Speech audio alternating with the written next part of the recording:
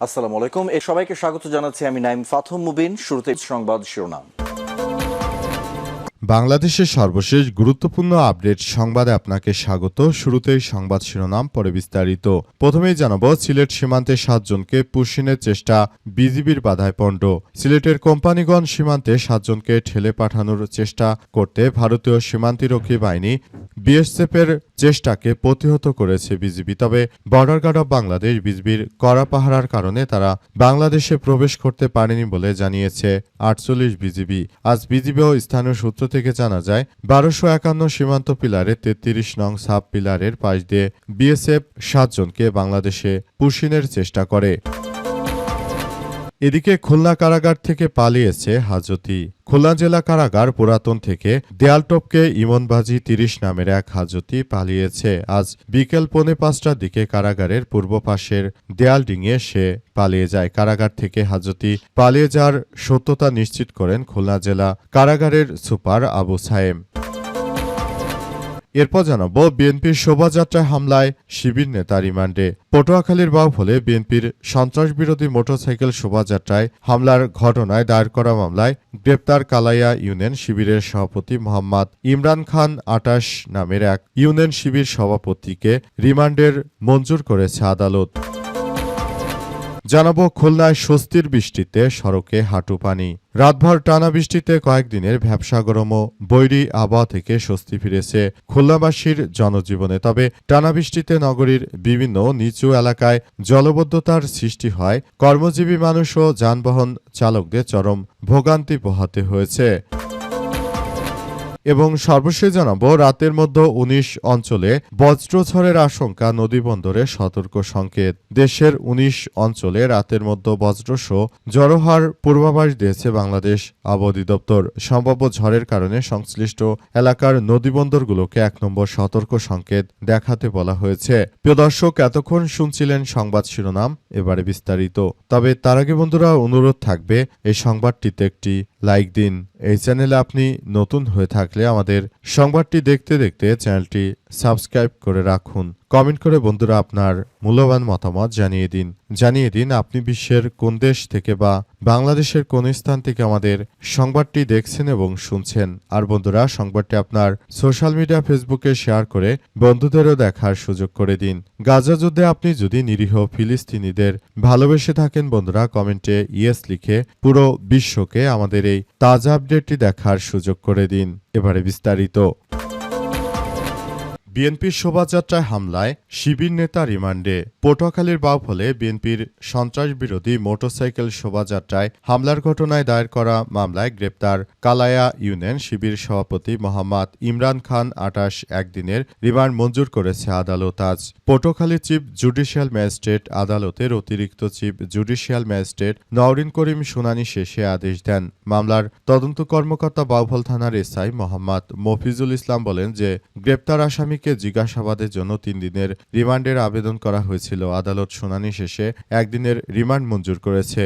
মামলার এজাহার সূত্র থেকে জানা গেছে, ২৭ জুন রাতে কার্যক্রম নিষিদ্ধ আওয়ামী লীগের বিরুদ্ধে বিএনপি যুবদল ছাত্রদলের নেতাকর্মীরা বাউফল পৌর শহর থেকে একটি সন্ত্রাসবিরোধী মোটরসাইকেল শোভাযাত্রা বের করেন। শোভাযাত্রাটি কালাইয়া বন্দরে বিভিন্ন সড়ক প্রদক্ষিণ শেষে পৌর শহরে ফেরার পথে দাসপাড়া বাস স্ট্যান্ড এলাকায় পৌঁছালে দেশীয় অস্ত্র নিয়ে একদল হামলাকারী আতর্কিত হামলা চালায়। এতে বিএনপির অন্তত ১৫ জন নেতাকর্মী আহত হন এবং প্রায় ২০টি মোটরসাইকেল ভাঙচুর করা হয়। এই ঘটনায় ২৯ জুন দাসপাড়া ইউনিয়ন পরিষদের সদস্য মোহাম্মদ আল মামুন বাদী হয়ে বাউফল থানায় মামলা করেন। হামলায় দাসপাড়া ইউনিয়ন পরিষদের সাবেক চেয়ারম্যান ও আওয়ামী লীগের নেতা এএনএম জাহাঙ্গীর হোসেন সহ আওয়ামী লীগ, যুবলীগ, ছাত্রলীগ এবং জামাত শিবিরের নেতাকর্মী সহ ৪০ জনকে আসামি করা হয়। আসামির তালিকায় বিএনপির ২ কর্মীর নামও রয়েছে। পুলিশ ৩০ জুন হামলার ৫ নম্বর আসামি ইমরান খানকে গ্রেপ্তার করেছে। খুলনায় স্বস্তির বৃষ্টিতে সড়কে হাঁটু পানি। রাতভর টানা বৃষ্টিতে কয়েকদিনের ভ্যাপসা গরমে বৈরী আবহাওয়া থেকে স্বস্তি ফিরেছে খুলনাবাসীর জীবনে। তবে টানা বৃষ্টিতে নগরীর বিভিন্ন নিচু এলাকায় জলাবদ্ধতার সৃষ্টি হয়েছে। কর্মজীবী মানুষ এবং যানবাহনে চরম ভোগান্তি পোহাতে হয়েছে। খুলনা আবহাওয়া অফিস সূত্র থেকে জানা গেছে, গত 24 ঘন্টায় নগরীতে 78 মিলিমিটার বৃষ্টিপাত রেকর্ড করা হয়েছে। মৌসুমী বায়ু সক্রিয় থাকায় আগামী 48 ঘন্টায় আরও বৃষ্টির সম্ভাবনা রয়েছে। দেশের বিভিন্ন স্থানে 4 থেকে 5 দিনে টানা বর্ষণ হলেও বুধবার দিবাগত রাত থেকে খুলনায় বৃষ্টি শুরু হয়। বৃহস্পতিবার সকাল থেকে বিকেল পর্যন্ত নগরীর বিভিন্ন এলাকায় সড়কে বৃষ্টির পানি জমে থাকতে দেখা গেছে। বিশেষ করে নতুন ড্রেন তৈরি করা হলেও নগরীর বয়রাবাজার মোড় থেকে খুলনা বিশেষায়িত হাসপাতালের নেভি স্কুল পর্যন্ত হাঁটু পানিতে তলে থাকতে দেখা গেছে। তে অফিসগামী ও কর্মজীবী মানুষ, শিক্ষার্থী, রিকশা, ইজি বাইক চালকদের চলাচল বিঘ্ন হয়েছে। নগরীর বয়রা এলাকার ইজি বাইক চালক আব্দুল হাদিস বলেছেন যে পেটের দায়ে সারাত বৃষ্টির পরও রাস্তায় নামতে হয়েছে। বিভিন্ন সড়কে পানি জমে থাকায় ঝুঁকি নিয়ে ইজি বাইক চালাতে হয়েছে। ব্যাটারিতে পানি ঢুকে গেলে গাড়ি নষ্ট হয়ে যাওয়ার সম্ভাবনা থাকে। তারপরও আমরা গাড়ি নিয়ে রাস্তায় বের হয়েছি, কারণ পেটের জন্য আমাদেরকে রাস্তায় নামতে হয়েছে বলে জানিয়েছেন তারা আরও জানায় যে আমরা মূলত বৃষ্টিতে খুবই স্বস্তির নিঃশ্বাস আমরা আশা করি। আমরা মূলত বলতে চাই যে সবাইকে এখনই স্বস্তির বৃষ্টি সম্পর্কে আমাদের আরও অনেকটা প্রকাশিতভাবে কাজ করতে হবে।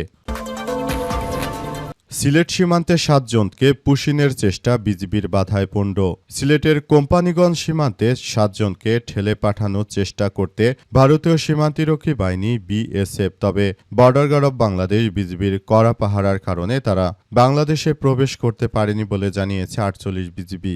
আজ ভোরে এই ঘটনা ঘটে। বিজিবি ও স্থানীয় সূত্র থেকে জানা গেছে, 1251 সীমান্ত পিলারের 33 নং সাব পিলারের পাশ দিয়ে বিএসএফ 7 জনকে বাংলাদেশে পুশিনের চেষ্টা করে। সে সময় বিজিবি সদস্যরা পুশিন রুখে দিয়ে তাদের সীমান্তের ভারতীয় অংশে ফেরত যেতে বাধ্য করেন। বর্তমান সীমান্ত পিলারের প্রায় 50 গজ ভারতীয় অংশে 7 জন অবস্থান করছে। সিলেট 48 বিজিবি ব্যাটালিয়নের অধিনায়ক নাজমুল হক জানান যে কালাইরাগ সীমান্তে শূন্য রেখা থেকে 20 থেকে 25 গজ ভেতরে বাংলাদেশের দিকে 7 জনকে এনে পুশিনের চেষ্টা করা হয়েছিল। বিজিবির সদস্যরা তা প্রতিহত করেছে। এই ঘটনায় বিজিবির পক্ষ থেকে বিএসএফ এর পতাকা বৈঠকের আহ্বান জানানো হয়েছে। বৈঠকে বিষয়টি নিয়ে আলোচনা করা হয়। বর্তমান সময়ে ভারতের হিন্দুত্ববাদীরা তারা বাংলাদেশের অভ্যন্তরে প্রতিনিয়ত সাধারণ মানুষকে ঠেলে দেওয়ার বিভিন্ন অপচেষ্টা চালাচ্ছে।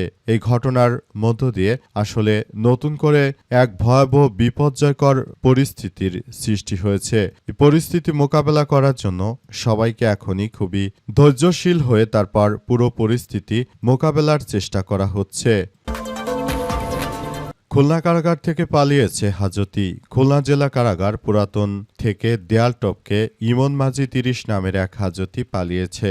আজ বিকাল 4:45টার দিকে কারাগারের পূর্ব পাশের দেয়াল ডিঙিয়ে সে পালিয়ে যায়। কারাগার থেকে হাজতি পালিয়ে যাওয়ার সত্যতা নিশ্চিত করেছেন খুলনা জেলা কারাগারের পুলিশ সুপার আবু সায়েম। পলাতক ইমন মাঝি নগরীর লবণচড়া থানার সাচিবুনিয়া সেকেলার বটতলার জিয়ার বাড়ির ভাড়াটিয়া আব্দুল মাঝির ছেলে। এদিক কারাগার থেকে আসামি পালিয়ে যাওয়ার ঘটনায় প্রশাসনের মধ্যে তোলপাড় সৃষ্টি হয়েছে। কারাগার সূত্র থেকে জানা গেছে যে কারাগারের সোনাডাঙ্গা থানার একটি চুরি মামলার আসামি ইমন মাঝি 13 জুন থেকে খুলনা জেলা কারাগারে পুরাতন বন্দী রয়েছে। বিকাল 4:45টার দিকে ইমন মাঝি সহ কয়েকজন হাজতি পুরুষ ও ওয়ার্ডের মধ্যে দাঁড়িয়ে কথা বলছিল। এক ফাঁকে ইমন মাঝি লাফিয়ে মহিলা ওয়ার্ডের বাথরুমের কাছে গিয়ে পরে সে ওই বাথরুমের পাইপ বেয়ে কারাগারের পূর্ব পাশের দেয়াল টপকে পালিয়ে যায়। ঘটনা টের পাওয়ার পর কারাগার থেকে পাগলা ঘণ্টা বাজানো হয়েছে। খুলনা জেলা কারাগারের পুলিশ সুপার আবু সায়েম বলেন, কারাগার থেকে হাজতি পালিয়ে যাওয়ার ঘটনায় র্যাব, পুলিশ এবং আইন শৃঙ্খলা বাহিনী অবগত রয়েছে। ঊর্ধ্বতন কারা কর্তৃপক্ষকে জানানো হয়েছে। তাকে গ্রেপ্তারের জোর চেষ্টা করা হচ্ছে। আশা করা হচ্ছে দ্রুত সময়ের মধ্যে তাকে গ্রেপ্তার করা হবে।